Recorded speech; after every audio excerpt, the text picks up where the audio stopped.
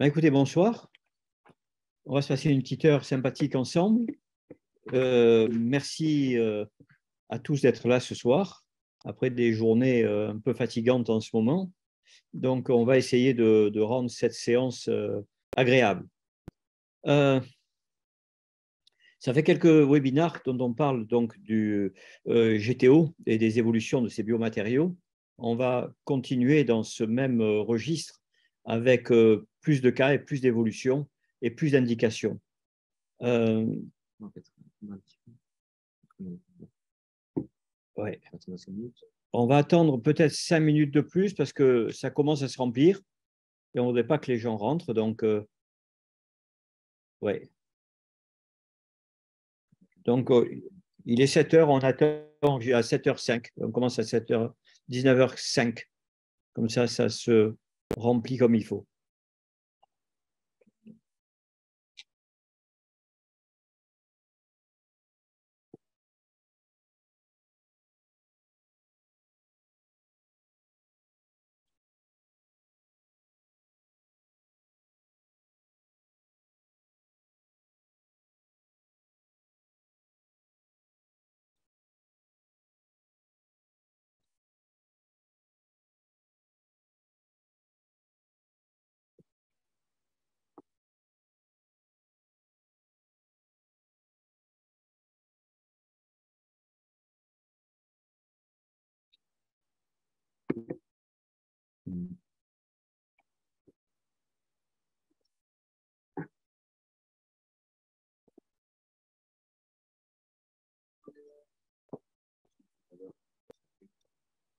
Ouais, c'est copine.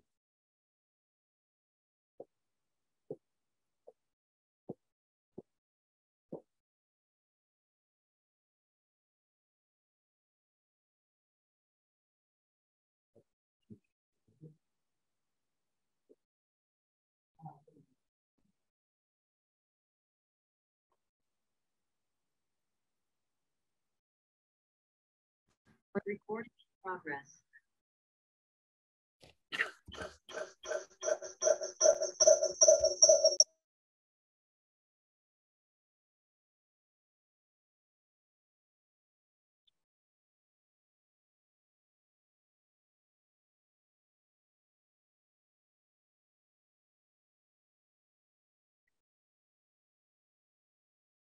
Voilà, on va attendre encore 5 minutes avant de commencer, hein, pour ceux qui viennent d'arriver.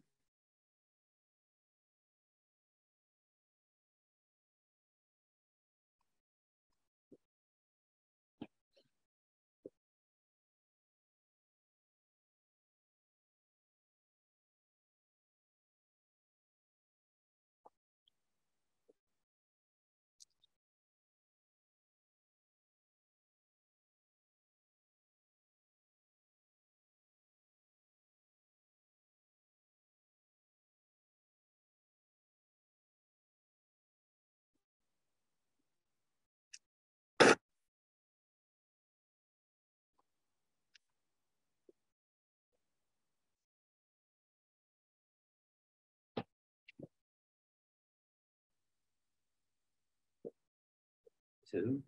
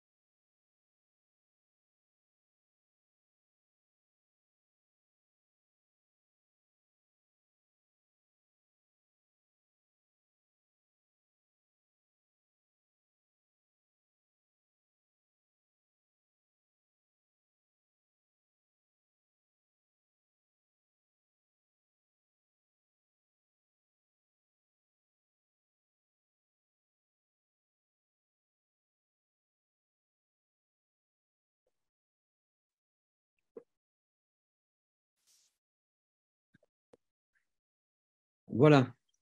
Eh bien, bonsoir. Donc, je vous disais qu'on va continuer l'évolution dans ce voyage avec le GTO. Et vous allez voir que c'est quand même quelque chose qui est en train de changer notre vie totalement. Juste à titre informatif, si vous avez des questions, vous avez un endroit où vous pouvez poser vos questions, on y répondra à la fin. Parfait. On va essayer aujourd'hui de vous parler un petit peu de… Vous voyez, on est dans l'eau, l'eau de chez nous. Et on va essayer de voir un petit peu ce qu'il en est avec ces biomatériaux et des nouvelles indications. On a dit qu'avec le Covid, effectivement, on avait dû, je vous ai toujours dit dans mes conférences et dans mes cours, qu'il fallait simplifier le traitement. C'était mon objectif le plus important. Et effectivement, on l'a dit déjà, maintenant on disait depuis hier que le Covid était en voie d'extinction totale, ce qui est une très bonne nouvelle. Mais ça nous a effectivement changé la vie. Et des choses qui n'étaient pas évidentes auparavant sont devenues évidentes. C'est-à-dire que le traitement a dû devenir moins compliqué, moins invasif, prenant moins de temps parce qu'il fallait prendre moins de patients et avec un minimum de techniques sur des séquences chirurgicales, moins de sites chirurgicales et bien sûr moins risque de contamination. C'est-à-dire que le traitement qui, en tout cas dans mon esprit, était simple, a dû devenir encore plus simple. Ce traitement, parce qu'il ne fallait pas revoir ces patients si souvent, il fallait traiter de façon la plus fiable possible, a dû devenir le plus prévisible possible, fiable, avec le moins de réactions possible, et si possible, moins cher, et surtout, un taux de succès le plus élevé possible. Et vous allez voir que ces évolutions de ces matériaux vont dans ce sens-là, et vous allez voir quelques cas intéressants. Parce que, effectivement, est-ce qu'on peut être simple dans des cas sévères? Et je vais vous prouver que oui. Et en fait, plus on est sophistiqué et plus on est simple, et ça on le dit depuis le début. Nous savons qu'un traitement implantaire, c'est en fonction de certains facteurs, c'est un puzzle où il faut prendre en considération la gestion des tissus durs, la gestion des tissus mous, bien sûr la restauration prothétique, prendre en compte l'esthétique qui est essentielle de plus en plus de nos jours, et tout cela va en accord avec la précision du positionnement implantaire. Et pour être précis, il y a des tas de facteurs, des tas de possibilités, mais c'est toujours la même chose. Vous utilisez un système de navigation, de chirurgie guidée ou des bornes ou des drapeaux, ce que vous voulez. Le but, c'est d'être précis. Plus vous serez précis, et mieux ça ira. Et mon concept de reconstruction osseuse va dans cette histoire de précision. Parce que mieux on reconstruira l'os, plus on sera précis dans le positionnement. On sait aujourd'hui que les implants marchent bien. Regardez ce cas-là, 36 ans plus tard, c'est un de mes premiers cas. La patiente, je l'ai revue il y a quelques semaines. 36 ans plus tard, on a perdu 2 spires sur un implant, sur 3 implants posés, et tout se maintient parfaitement bien. On sait d'après l'école Mabrexson que 0,2 mm d'os par an font partie de 0,2, 0,3 mm d'os par an font partie des clés du succès.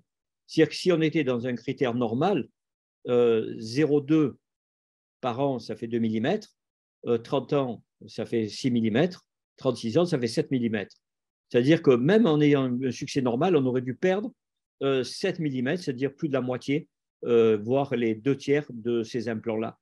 Or, ce n'est pas le cas, et cet os est resté stable.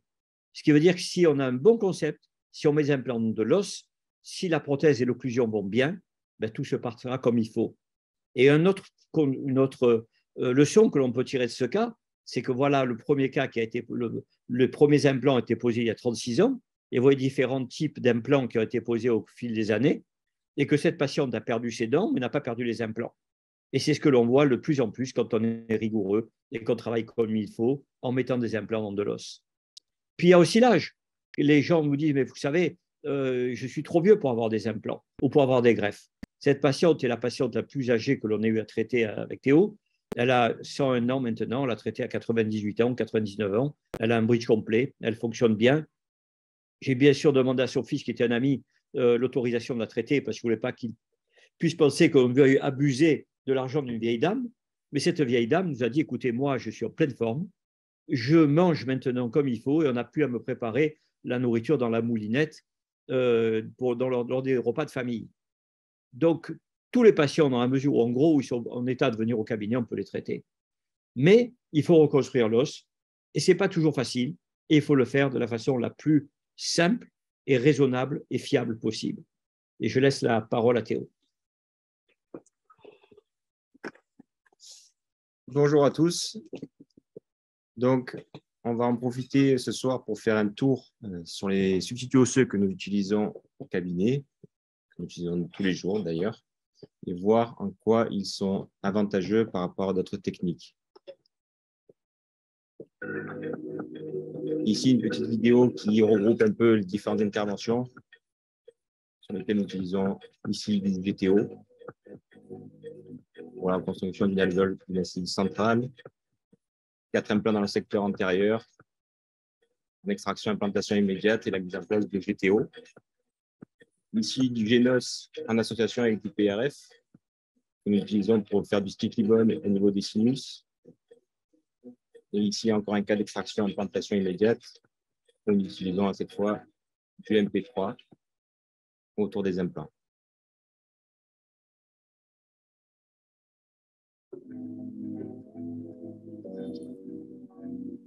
La particularité des produits ostéobioles, qui sont les substituts osseux que nous utilisons au cabinet, sont liés au fait que ce sont des granules que l'on appelle biphase, c'est-à-dire qu'ils ont 2 phases. Une phase minérale qui constitue à 78% le granule du substitut osseux et une phase organique qui est constituée de collagène à hauteur de 22%.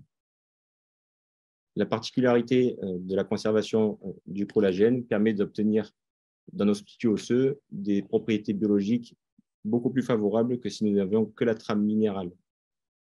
Les produits ostéobioles sont des substituts osseux qui sont d'origine porcine et équine, qui permettent de traiter et de stériliser ce tissu osseux à basse température et donc de conserver la partie organique qui est le collagène, à la différence des substituts osseux d'origine bovin qui nécessitent des traitements à haute température et qui ne sont donc constitués que d'une phase minérale et donc n'ont pas les propriétés liées intrinsèques au collagène.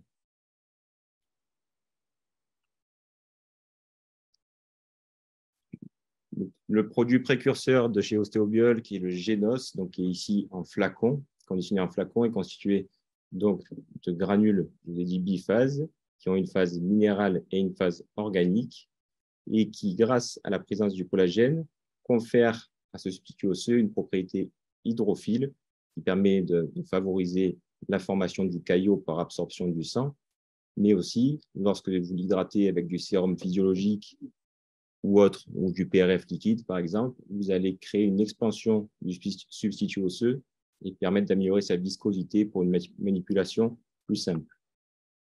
C'est un matériau qui est bien sûr progressivement résorbable et remplacé par de l'os natif du patient au fil des mois. Les propriétés ostéoconductrices ne sont plus à démontrer pour ces substituts osseux. C'est-à-dire qu'ils sont favorables à la prolifération cellulaire. Le Génos, vous pouvez le combiner avec du PRF liquide et faire ce qu'on appelle le sticky bone, que vous avez vu en vidéo pendant quelques secondes tout à l'heure. Est venue ensuite la création du MP3. Donc le MP3, c'est du Génos. Donc c'est des granules d'os corticospongieux collagénés, donc biphase, et au sein duquel on a ajouté un gel de collagène à 10% qui permet ce conditionnement en seringue et qui permet d'appliquer le MP3 beaucoup plus facilement que le Génos au niveau des sites à reconstruire, notamment pratique au niveau des sinus, lorsqu'on fait une élévation latérale. Ici, en image, l'utilisation du MP3 et comment le collagène a permis d'améliorer les substituts osseux et d'améliorer notre quotidien.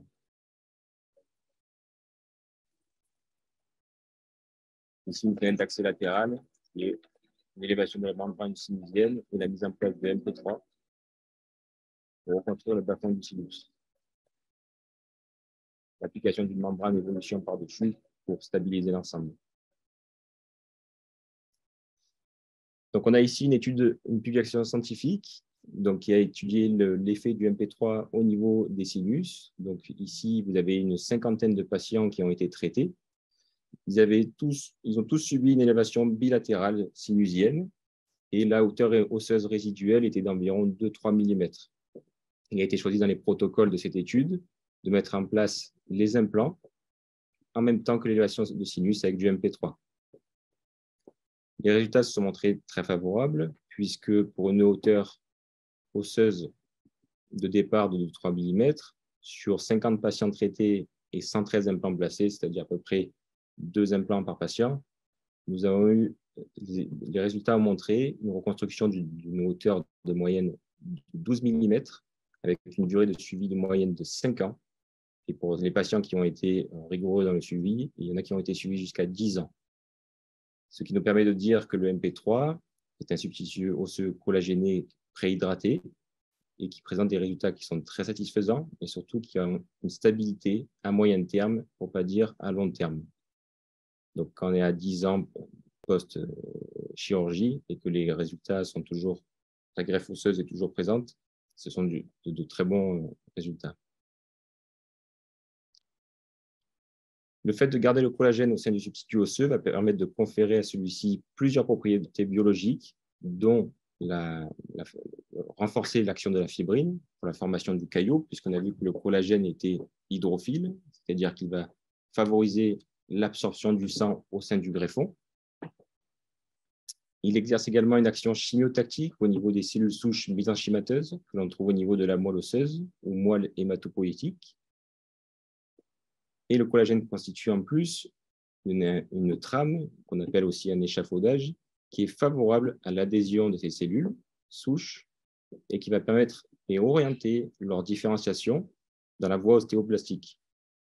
Donc, c'est ce que nous recherchons quand nous mettons notre matériau, c'est-à-dire que la régénération et la néoformation osseuse se mettent en place. Donc, l'échafaudage collagénique va permettre l'adhésion des cellules souches précurseurs, leur différenciation en ostéoblastes et permettre ainsi leur prolifération grâce au caractère ostéoconducteur du biomatériau. Une particularité du collagène qui a été démontrée et qui est un tournant, c'est que le collagène jouait un rôle angiogénique au niveau du biomatériau, c'est-à-dire qu'il va favoriser la mise en place d'un nouveau réseau vasculaire au sein du greffon. Et c'est ce que nous recherchons lorsque nous réalisons une greffe quelconque. Nous souhaitons que la vascularisation se mette en place et que ce soit ainsi un succès.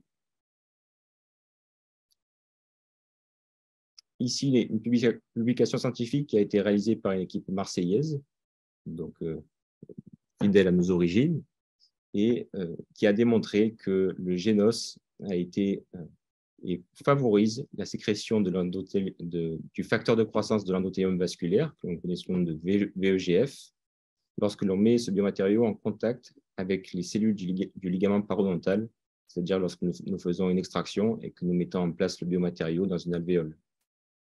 Il a été comparé, donc le génos à base de collagène a été comparé avec d'autres matériaux, les substituts osseux d'origine bovine, et on a étudié la sécrétion du facteur de croissance VEGF par rapport à d'autres biomatériaux. On voit que les résultats sont optimaux à 24 heures et à 3 jours avec du génos d'origine porcin dans un premier temps et dans un deuxième temps d'origine équin.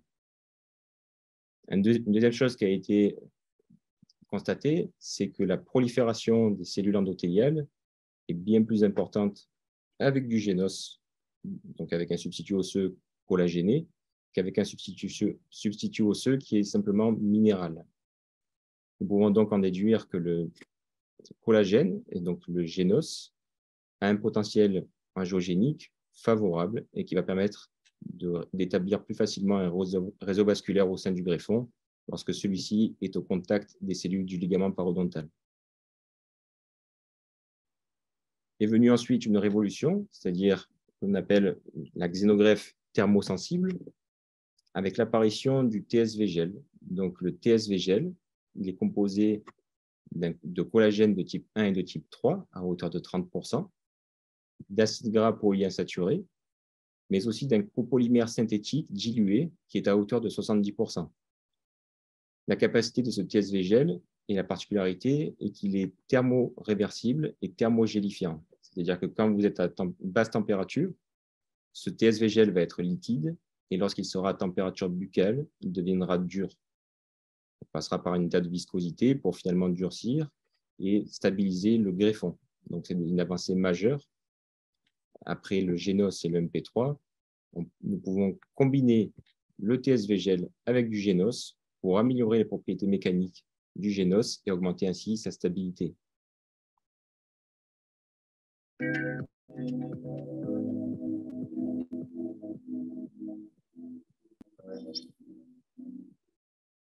Du TSV gel à hauteur de 30% de collagène, 70% de copolymère.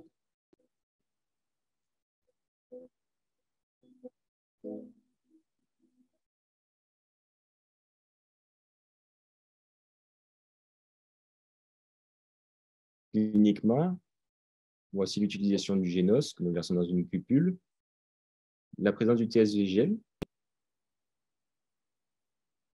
et l'association des deux, du Génos et du TSV gel, pour améliorer et passer d'un état de granules sous forme sableuse à quelque chose de plus visqueux, et pour coapter ainsi les granules entre eux et faire ainsi une pâte plus facile à modeler.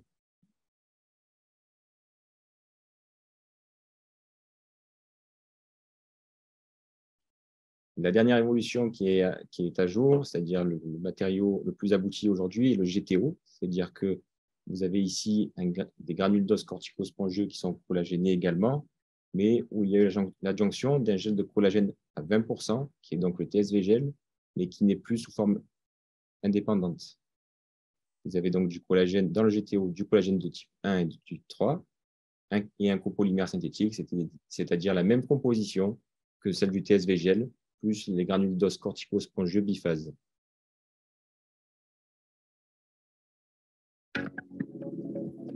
Cela permet d'obtenir un substrat sous forme très compacte. Il faut couper avec une lame de bistouri et vous pouvez ensuite modeler comme vous le souhaitez. Et vous voyez que ce matériau a la capacité de tenir sur une spatule, peu importe la position. On a une viscosité qui est ainsi optimisée avec le GTO. Il est thermogélifiant, c'est-à-dire qu'il va durcir à température buccale, comme nous l'avons vu. Et son caractère modelable va faire que vous pouvez l'adapter à n'importe quel défaut osseux. Le caractère progressivement résorbable est conservé, avec son caractère aussi, sa propriété ostéoconductive. Et nous allons utiliser le GTO par stratification. C'est-à-dire que vous allez apposer couche par couche pour pouvoir recréer la quantité osseuse souhaitée. Voici en image et en vidéo ce que ça donne. Une première couche que nous appliquons au niveau de l'alvéole. Et dans le cas d'une greffe d'apposition, nous allons multiplier les couches comme une stratification par composite. Et l'ensemble durcit à température buccale, ce qui fait que vous avez une simplicité d'utilisation qui n'est pas négligeable.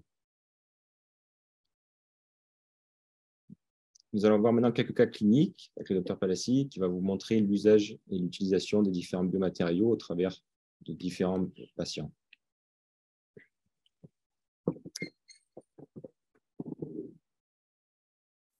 Donc, vous voyez une chose, c'est que le GTO, comme les autres matériaux, sont issus donc de la même base.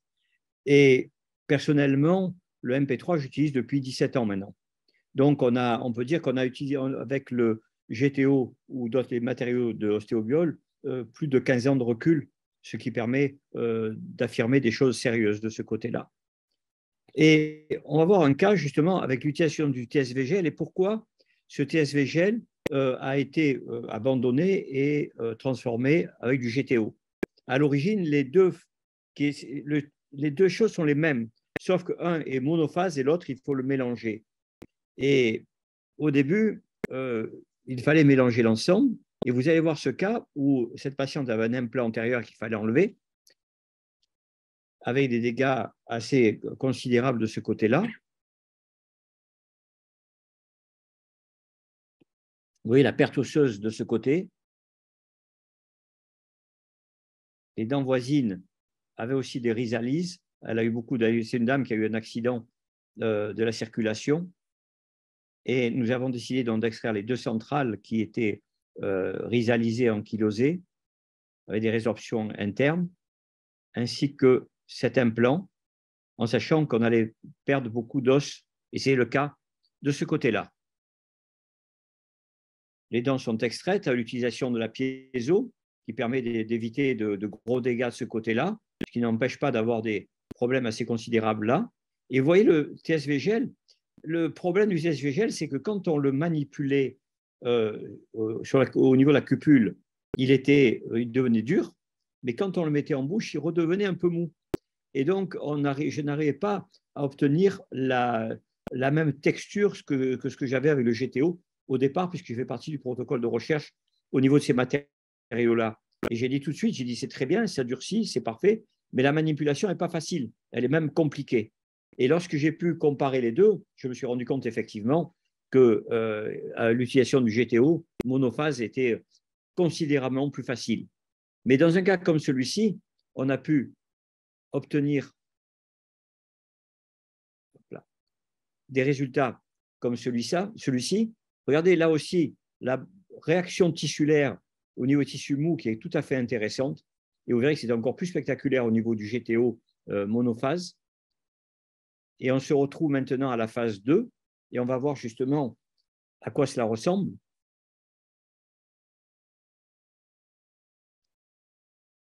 On va ouvrir. Donc, on a reconstruit l'ensemble. Et regardez l'os qui a été reconstruit.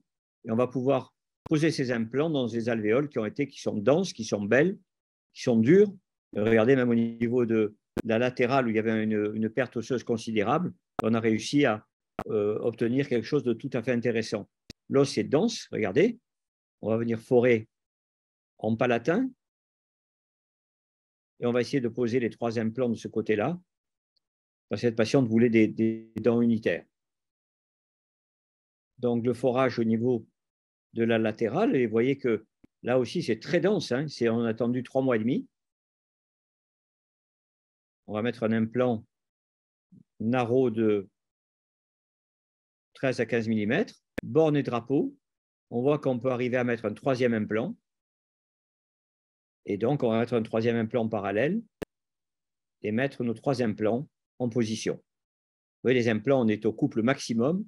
On va les bloquer dans l'os. Et regardez qu'on a un blocage très intéressant de ce côté-là.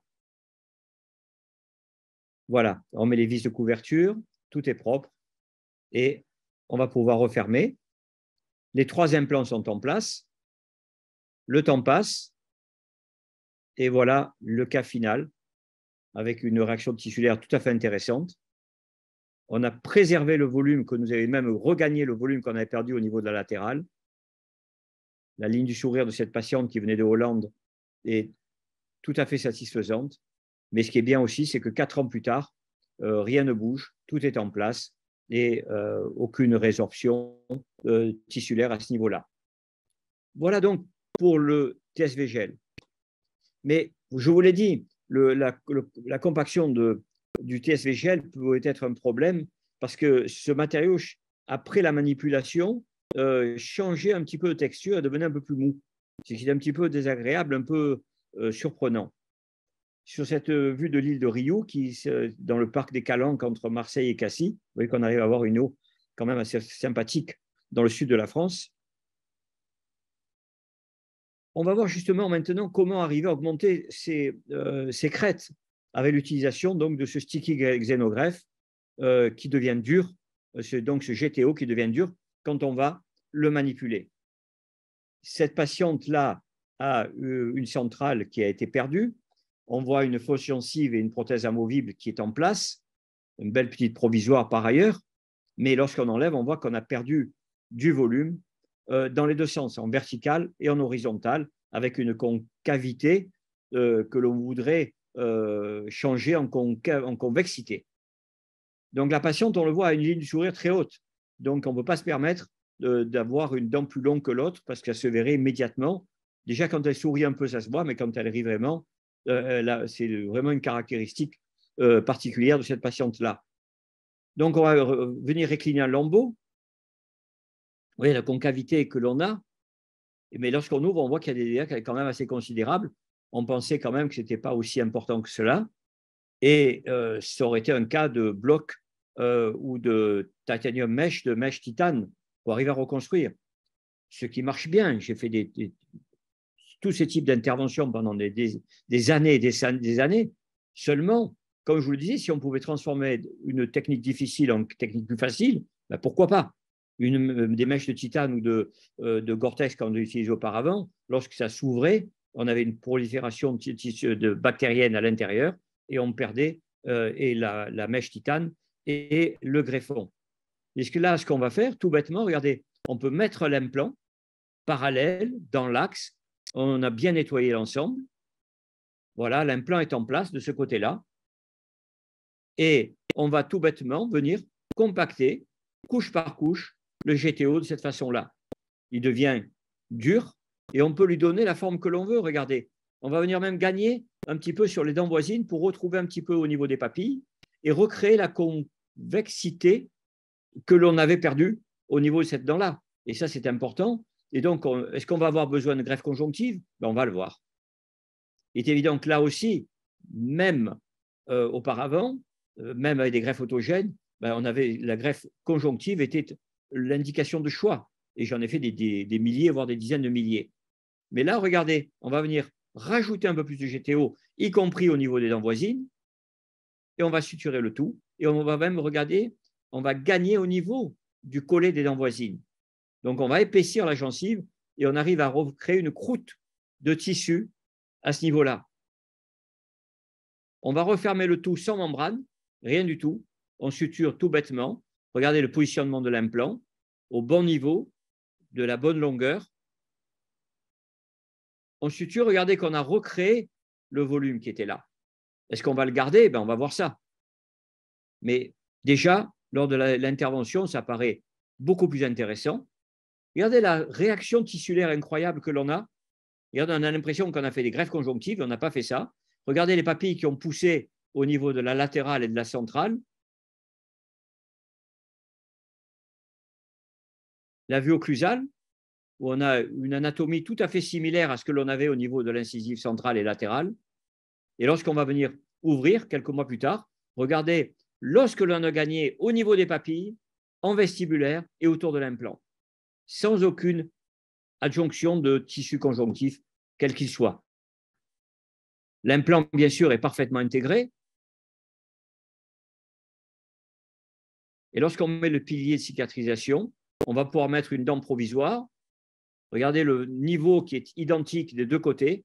Rappelez-vous, on avait perdu quand même 8 à 10 mm en vestibulaire au niveau de cette dent-là, avec une perte de substance considérable. On attend un peu, on laisse cicatriser. L'implant est mis en place. La couronne est mise en place définitive sur l'implant, après un temps de cicatrisation. Mais surtout intéressant, regardez le volume que l'on a gagné.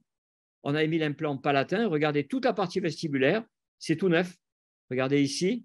Regardez ce que l'on a de ce côté. Il y avait une perte qui allait de là à là et toutes ces spires étaient exposées.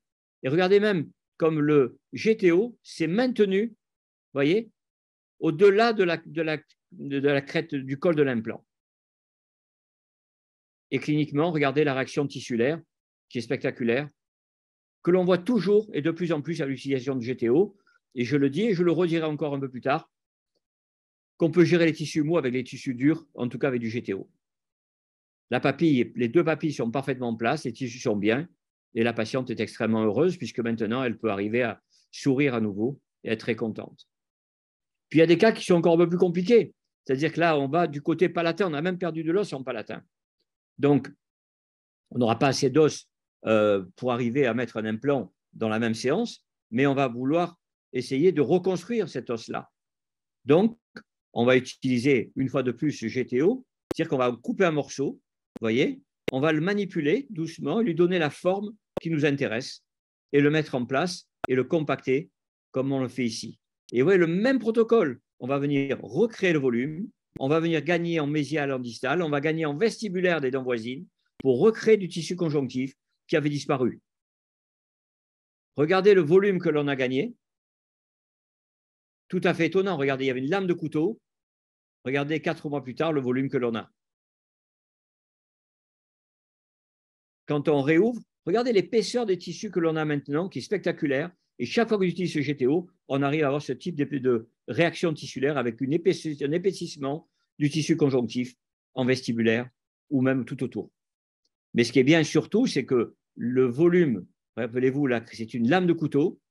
On est maintenant au bout de 3 mois et demi, près de pouvoir mettre un implant. On va venir forer dans l'axe. Le niveau vertical est parfait, horizontal également, la borne, le forage, et on va mettre un implant de 13 mm de ce côté-là, un arrow plateforme, que l'on va enfouir 2 mm en apical de la jonction sémonto-adamantinaire des dents voisines, et on va avoir l'ostel. Et puis d'un coup, rappelez-vous, on n'avait rien du tout, et on se retrouve à 72 à l'ostel. 72 à l'ostel, c'est une mesure que l'on a au niveau de la mandibule. C'est-à-dire qu'en partant de rien, en moins de 4 mois, on était arrivé à recréer un os identique à un os mandibulaire. Si ça, ce n'est pas magique, je ne comprends plus rien. Regardez les tissus. On va pouvoir faire une prothèse superbe de ce côté-là et cette patiente ira bien. Regardez les tissus en horizontal et en vertical. Et on sait qu'on a transformé un cas qui était difficile en cas facile de façon très simple. On a pris une seringue de GTO, on a compacté, on l'a mis en place. Pas de membrane, rien du tout. Regardez en vue latérale, on a le profil d'émergence qui est déjà parfait. Il suffira de faire une petite incision semi-lunaire pour mettre le pilier, pousser un peu plus les tissus et avoir une belle céramique de ce côté-là. Et puis, on va aller un petit peu plus loin parce que ce patient qui est là a une incisive centrale qui est nécrosée. Et puis, quand on regarde, on se rend compte qu'on a une lésion qui est considérable. C'est-à-dire qu'elle est énorme, elle rejoint les dents voisines. Et vu la perte osseuse vestibulaire, on s'est dit qu'il n'était pas la peine d'envisager une reprise du traitement endodontique. Ce patient voulait être tranquille de ce côté-là. Et surtout, il n'y a plus d'os en vestibulaire de ce côté-là. Donc, on va venir nettoyer. Regardez la lésion, considérable. Et là, ça commence à être plus chaud parce qu'il y a quand même plus de volume à gagner. Il y a plus de volume à combler et il faut que ce soit vascularisé. Donc, le collagène qui est à l'intérieur va nous aider à favoriser les échanges cellulaires et obtenir, si possible, une bonne texture osseuse. Donc, le même protocole, on utilise la piézo, venir désinsérer la dent le plus délicatement possible à l'aide de la piézochirurgie, de ne pas faire de dégâts, enlever cette dent délicatement et regardez la dent qui a été enlevée et l'importance du kyste qui a été enlevé par la suite. C'est énorme. Lorsqu'on ouvre, dans un cas comme ça, je préfère effectivement voir où l'on est parce qu'en aveugle, on ne sait pas ce qu'on va pouvoir combler, on ne sait pas ce qui va se passer.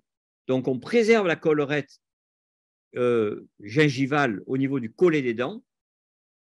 Vous voyez? Mais on va venir faire un lambeau en vestibulaire et vous voyez que le kyste qui est là est en train de partir. Regardez, et vous voyez la perte de substance considérable que l'on a ici.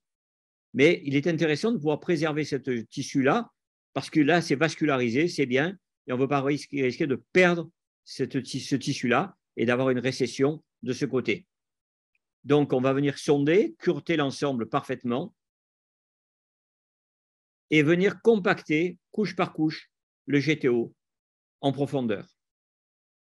On va venir le compacter par le vestibule et par l'alvéole pour arriver à être sûr d'avoir un mélange totalement homogène de ce côté-là.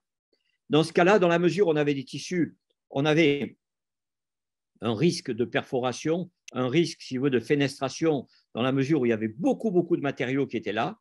Donc, on a décidé de mettre une membrane de PRF pour améliorer la cicatrisation des tissus mous et la favoriser et l'accélérer de façon à éviter toute complication. Donc, on va venir refermer le tout tranquillement, vous le voyez là. Et si vous regardez bien, je le vois maintenant, on voit qu'au niveau de l'apex ici, on n'avait pas fermé complètement. Vous voyez là? Alors, on a bien fermé partout, c'est très beau, mais il y a cette petite fenestration qui est ici. Il n'y a pas de membrane, quoi. Il y a juste un peu de PRF qui va disparaître au bout d'une semaine. Le temps passe et on est passé de ce que vous aviez à cela. Regardez, les tissus sont très beaux, on a tout comblé et surtout on coupe. Regardez le gain considérable que l'on a sur des tissus qui sont extrêmement sains, dans lesquels on va pouvoir, 4 mois plus tard, poser un implant. Mais une chose intéressante, regardez, je n'avais pas bien fermé et il y a une perforation. Si j'avais une membrane ou si j'avais eu une membrane titane, à ce moment-là, ce serait ouvert et j'avais une complication. Je le sais, je suis passé par là avant. Tandis que là, il y a une telle réaction de biocompatibilité avec ce GTO que je ne m'en fiche totalement. Je laisse tranquille, je curette un petit peu pour stimuler les tissus et tout ça va se refermer complètement. Et on est passé de ça à gauche à ça au milieu, à ça où on a encore ajouté un petit peu une autre couche avec l'implant en place. La vue des tissus mous en vue occlusale, la quantité de tissu conjonctif que l'on a qui est considérable. Regardez. Et puis surtout, regardez, on n'a rien fait du tout. Ça s'est totalement refermé, tranquillement, et Mère Nature a pris le dessus. Donc, là, une fois de plus, c'est quelque chose de simple. Si vous avez une petite perforation comme ça, parce que pourquoi je suis passé sur ce raisonnement? C'est que quand on a des extractions et qu'on a une partie de GTO exposée, ça cicatrise quand même. Donc, je me dis, avoir un peu de GTO exposé sur 2 mm en apical, ben, ça va se fermer. Et ça s'est fermé. Voilà l'implant qui est en place. Regardez les tissus que l'on a. Et surtout, la vue latérale avec les coupes et de tout le soutien que l'on a gagné en vestibulaire, regardez, et bien sûr autour de l'implant où on a un os qui est dense, qui est ferme et qui est vascularisé. Quelques mois plus tard, on n'a pas besoin d'être très sophistiqué puisque les papilles, on les a reconstruites et regagnées à l'aide du GTO en vestibulaire, mésial et distal, en vestibulaire, en mésial et en distal. Et on va venir faire une petite perforation de rien du tout pour pousser les tissus qui sont vascularisés. Donc là, ça va blanchir un peu. On s'en fiche pas mal parce que si on cruante un petit peu et violente un peu les tissus, une fois qu'ils sont cicatrisés, ben, ça marchera très bien. On n'a pas besoin d'être très sophistiqué là de plus. Mais la chose intéressante, c'est qu'on s'est dit, ben, tiens, on est parti de rien du tout. Et là, il y avait moins que rien en fait de ce côté-là. Et on va mettre l'hostel et on va voir ce qui se passe. Parce que c'est intéressant de voir 4 mois plus tard qu'est-ce qui va se passer. Et avec l'hostel, on le met en place. Et vous savez qu'à 60, on a une intégration qui permet de mettre en charge.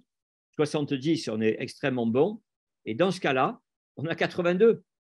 C'est-à-dire que 4 mois plus 4 mois, on s'est retrouvé avec nos symphysaires. Quand même assez incroyable. Donc là, on n'a aucun problème, bien sûr, pour mettre la prothèse. Et on sait qu'on pourra accrocher le patient au plafond sans aucun problème au niveau de cet implant-là. Regardez les tissus cicatrices, on a juste fait un tout petit trou, on a poussé les tissus et les tissus vont cicatriser tout seuls, tranquillement. Et vous avez vu la réaction que l'on a avec du GTO. On va faire la prothèse et tout ira bien de ce côté-là. Une fois de plus, pour vous montrer la réaction que l'on peut avoir avec ce type de tissu-là, regardez, cette patiente, on doit extraire ces 3 incisives qui sont là, qui ont des résalises, regardez, des résorptions externes, internes, il faut enlever ces 3 dents.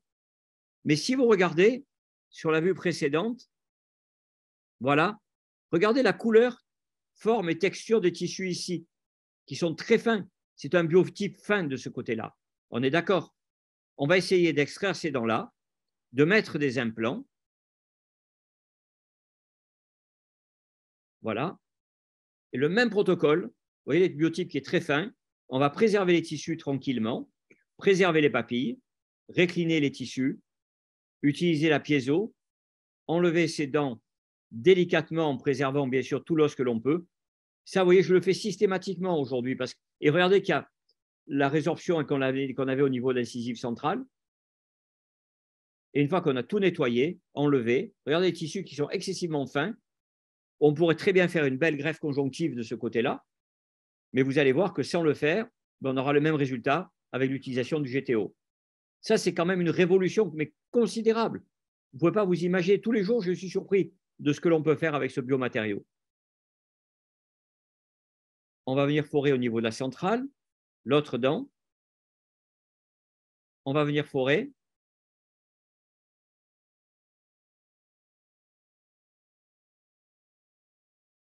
Pour mettre nos 3 implants, qui seront des implants de 13 mm.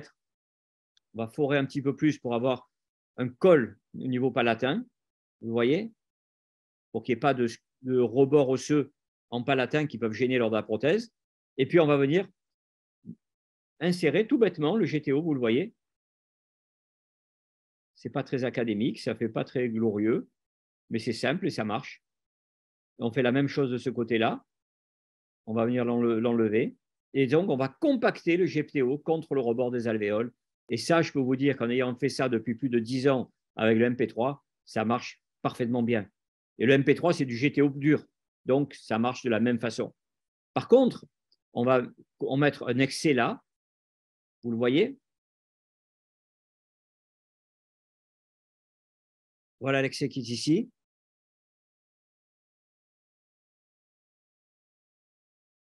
Et on va mesurer à l'hostel pour voir ce qu'il en est. 72. On est en vert, plus de 70, 71. Et on va voir l'autre côté. Et on est vert aussi, plus de 70, ce qui veut dire qu'on a 74. Donc, on n'a aucun problème de ce côté-là pour faire une mise en charge immédiate. Et on va rajouter du GTO, regardez, en vestibulaire et autour des piliers, comme cela, et venir refermer tranquillement. On va resculpter, regardez, le collet de la dent voisine pour avoir une anatomie qui soit plus régulière et à faire une suture matelassier par-dessus les papilles, extérieure, intérieure, palatin, au-dessus des papilles, préserver les tissus. Vous voyez qu'on ne cherche même pas à refermer tout ça. C'est ce qui est extraordinaire. Regardez, c'est antinaturel, ça fait peur, mais regardez, bien sûr, le profil d'émergence de la prothèse, qui est une belle prothèse, très belle prothèse réalisée par M. Leroux. Aucune compression, les implants sont en place. Regardez le matériau que l'on a rajouté en vestibulaire, là aussi. La suture. Et regardez, lors de l'intervention, ça redevient rose et épais. C'est incroyable. On met les dents provisoires et ça, c'est le lendemain. Là, on a fait la petite gingivectomie. On a le même niveau, mais regardez les tissus que l'on a autour de ces dents-là. On a vraiment l'impression d'avoir fait une belle greffe conjonctive. Quand je faisais des greffes conjonctives, j'étais content quand j'avais ça. Maintenant, je n'ai plus besoin d'en faire. Dommage parce que j'aimais bien. Et on est passé de ça, regardez, on voit ce biotype, regardez les tissus qui sont violacés, qui sont fins, très fins autour de ces dents-là. Et regardez, au bout de 10 jours, ça c'est le lendemain, ou 3-4 jours après, et au bout d'une semaine, regardez les tissus que l'on a gagnés, qui sont extrêmement épais et qui ont changé totalement de texture. Et Brenmark disait, réfléchissez d'abord, et ensuite, vous coupez.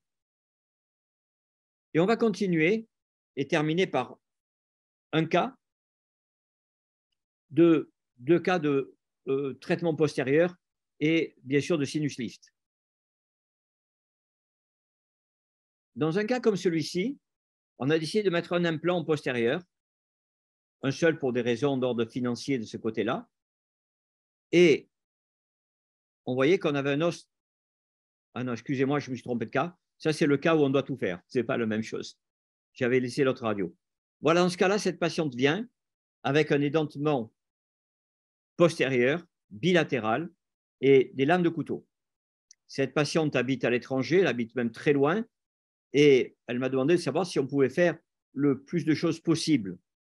Et je lui ai dit que j'allais essayer de voir ce qu'on pouvait faire, mais regardez, la crête, c'est une lame de couteau.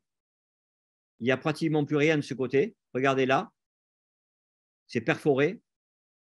Les dents voisines, on continue. Et là, ça va. C'est le secteur antérieur. Vous allez voir que de l'autre côté, il y a un peu plus d'os.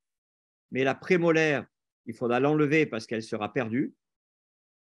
Voilà maintenant la prémolaire qui est fichue de ce côté-là. Et regardez le peu d'os qui reste au niveau des molaires de ce côté-là.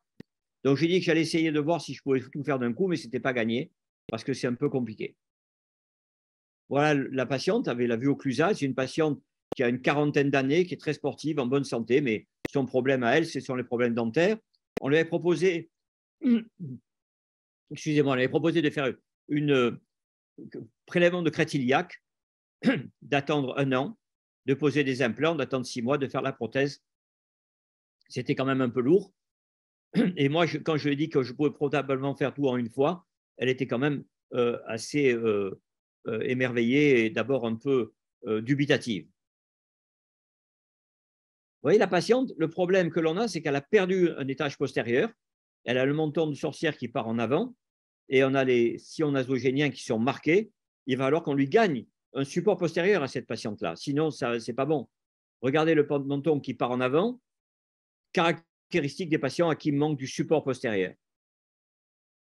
Et donc, est-ce qu'on va faire un sinusite? Oui. Est-ce qu'on va mettre les implants? On va voir. Si on peut, pourquoi pas.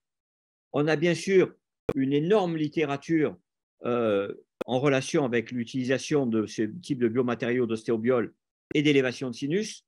Il faut savoir qu'aujourd'hui, nous avons 240 articles écrits au sujet de ces biomatériaux. Donc, vous pouvez le demander auprès de presse si vous les voulez. Et si vous voulez quelques articles particuliers, ils se feront plaisir de vous les donner. Mais tout ça pour vous dire, c'est que quand certains disent qu'il n'y a pas assez de littérature à ce niveau-là, ben, ils devraient lire la littérature pour savoir qu'il y en a. Voilà quelques articles supplémentaires qui ont été écrits. On n'a pas le temps de voir et on va voir notre cas. Dans ce cas-là, on a surélevé les sinus, on a une coquille d'œuf qui reste de ce côté-là.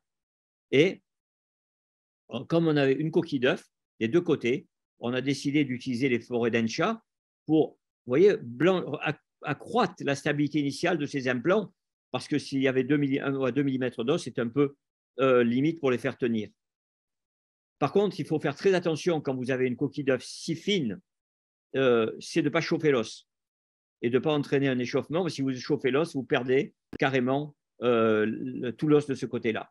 Donc, si vous avez une très bonne maîtrise des forêts d'Encha, il n'y a pas de problème. Sinon, évitez cela pour des poses d'implants simultanées avec greffe osseuse. Donc, ce côté-là, le premier, on va venir récliner notre volet. J'utilise personnellement des forêts 701 ou 703, mais le piezo, c'est très bien aussi, c'est plus long. Et on va récliner notre volet et on va voir la membrane qui est là.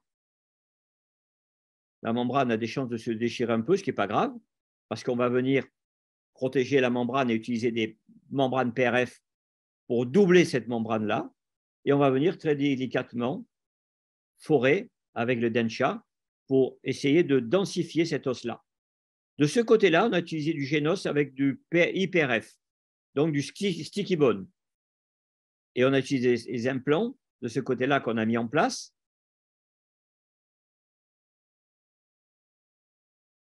On va venir compacter. De ce côté-là, on avait du PRF qui était disponible, on l'a utilisé, mais on aurait pu ne pas rien utiliser du tout de ce côté-là. Et on a suturé tranquillement de ce côté. De l'autre côté, on a décidé, puisqu'on était en protocole de recherche, d'extraire d'abord la dent qui est là et d'utiliser du GTO pour voir s'il y avait une différence entre les deux. On a enlevé cette racine-là et on a décidé de ce côté-là de faire une mise en charge immédiate pour arriver à ce qu'elle puisse au moins sourire, parce que déjà, elle était assez complexée, cette situation. Avec une dent de moins, ce n'était pas terrible. Donc, on fait notre élévation de sinus tranquillement.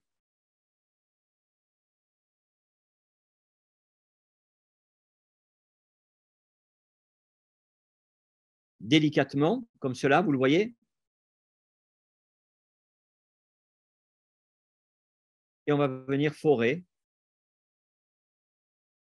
le premier implant, le drapeau, le deuxième implant et ensuite le troisième de ce côté-là.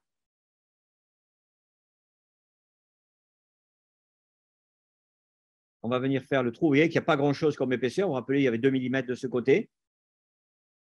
Mais comme devant, il y a un long implant, on va faire une petite prothèse de deux éléments de ce côté-là. Et on densifie l'os, vous voyez, avec les forêts d'Ancha. Vous voyez, on fait un va-et-vient. Il ne faut surtout pas chauffer.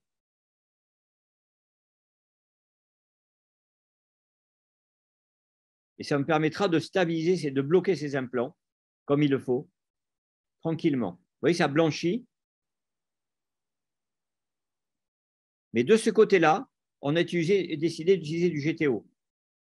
Alors en fait, dans les sinus, certains ont dit ont pu montrer que le GTO avait tendance à se résorber, des fois de 20%. C'est des Italiens qui ont fait cette constatation. Je l'ai vu effectivement après dans quelques cas. Aujourd'hui, je pourrais utiliser du GTO si je mets des implants en même temps, parce que je pense que les implants en place maintiennent le GTO qui durcit. Mais si on ne met que du GTO et on ne met pas d'implant en même temps, on a un matériau qui durcit énormément, qui n'est pas stabilisé par les implants, et à ce moment-là, on peut perdre ce biomatériau ou alors avoir une résorption. C'est ce que j'ai pu voir dans quelques cas. Mais en regardant mes cas, dernièrement, je me suis rendu compte qu'il y avait aussi beaucoup de cas où j'ai utilisé du GTO qui n'avait absolument pas bougé. Et quand est-ce que ça n'avait pas bougé? C'est quand, comme cela, je mettais mes implants en même temps. Ceci étant, dans la mesure où on peut utiliser du MP3 qui tient bien, qui est confortable et sur lequel j'ai plus de 10 ans de recul, vous pouvez très bien utiliser du MP3 sans aucun problème de ce côté-là ou du sticky bone. Donc, on va venir mettre la membrane de PRF de ce côté-là.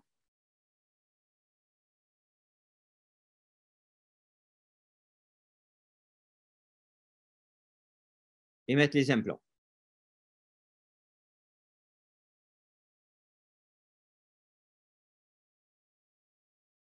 Lorsqu'on réouvre 4 mois plus tard, regardez ce que l'on voit. Le niveau osseux est parfait. Les implants ne bougent pas.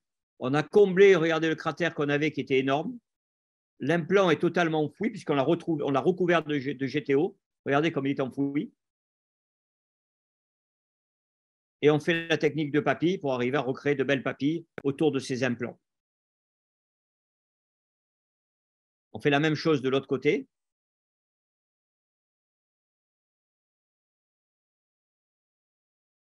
Voilà. Distal, mésial, on fait la promotion de la papille mésiale tout le temps et les tissus doivent rester en place, parfaitement stables et sains. Voilà nos implants. Les implants du bas ont été posés en même temps. Au niveau de la 34, j'avais fait l'extraction, mais le cratère était trop gros. J'ai juste comblé au GTO et 4 mois après, j'ai mis un implant. Regardez le niveau qui est là. Et les bridges provisoires après l'intervention, les 2 dents provisoires de ce côté-là. Ça cicatrise bien.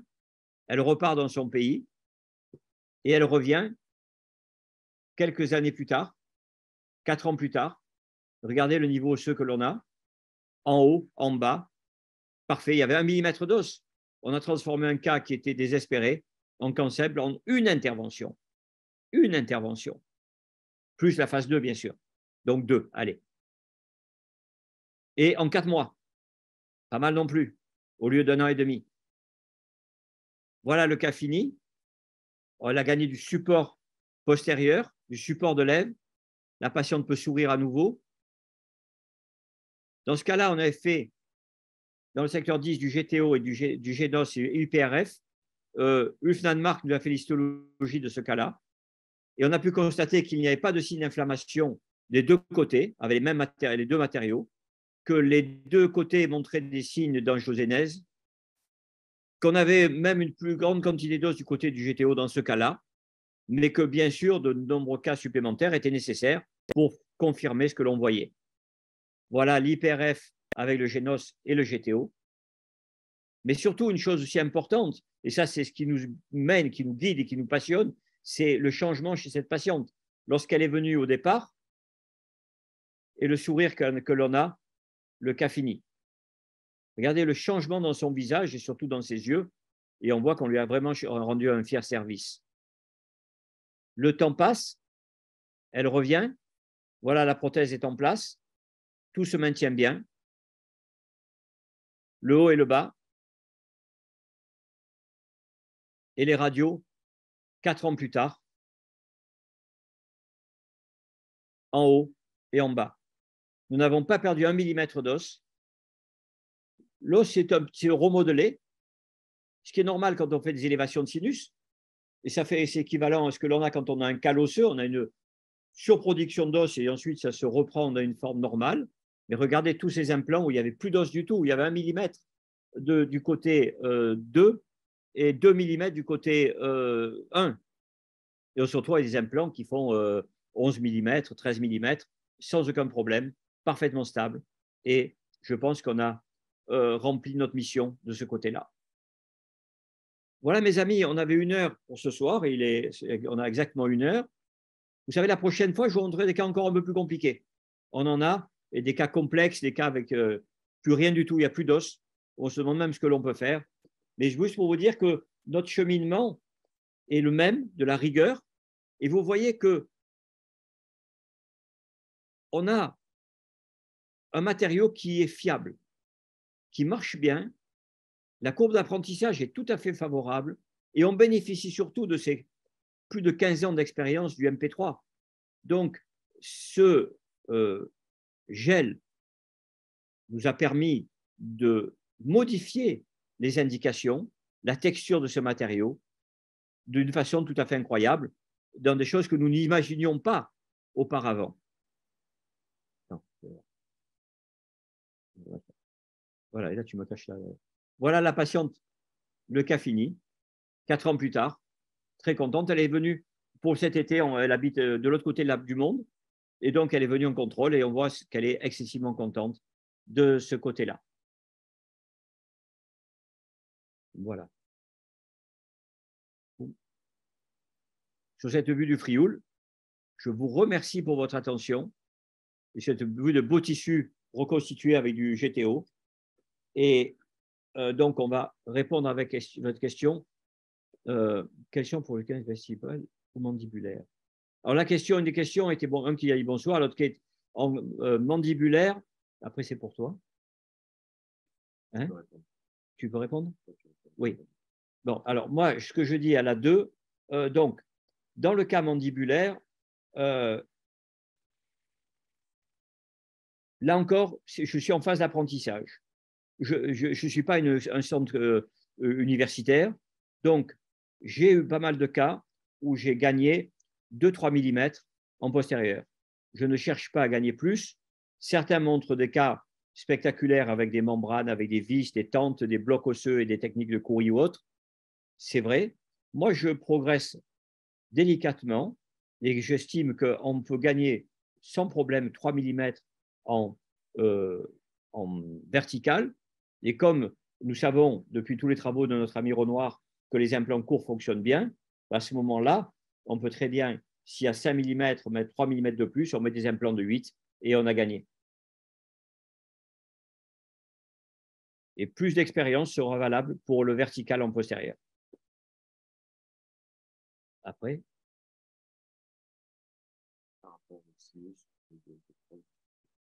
Hein? Sinus, moi, dans le sinus, aujourd'hui, j'utilise du MP3 en priorité. Si j'ai un cas où je n'ai pas le temps de préparer mon PRF, si j'ai une petite perforation, à ce moment-là, le fait de mettre l'implant et de mettre du GTO autour de l'implant peut permettre d'être sûr que le biomatériau ne partira pas dans le sinus. Donc, j'ai quelques cas comme cela. Je voulais vous le montrer, mais je savais que je n'aurais pas le temps. Et je n'avais pas le temps.